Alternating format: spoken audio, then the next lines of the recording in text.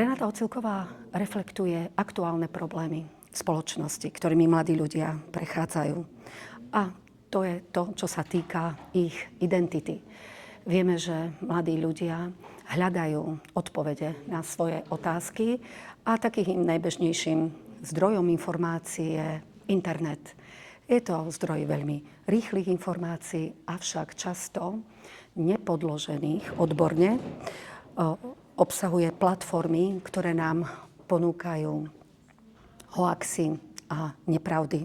Doktorka Renata Ocilková uskutočnila na našej škole prednášku na tému Identita muža a ženy pre mladých.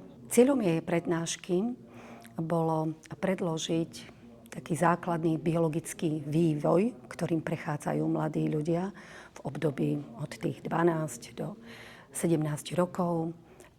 Taktiež pochopiť aj psychologické zmeny alebo pocity, ktoré sprevádzajú tento biologický vývoj.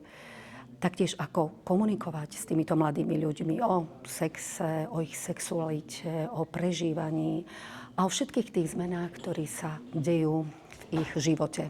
Renata Ocilková vychádza vo svojich prednáškach z odborných štúdií renomovaných odborníkov aj na medzinárodnej úrovni a taktiež aj na Slovensku. Opiera sa o odborné štatistiky a fakty.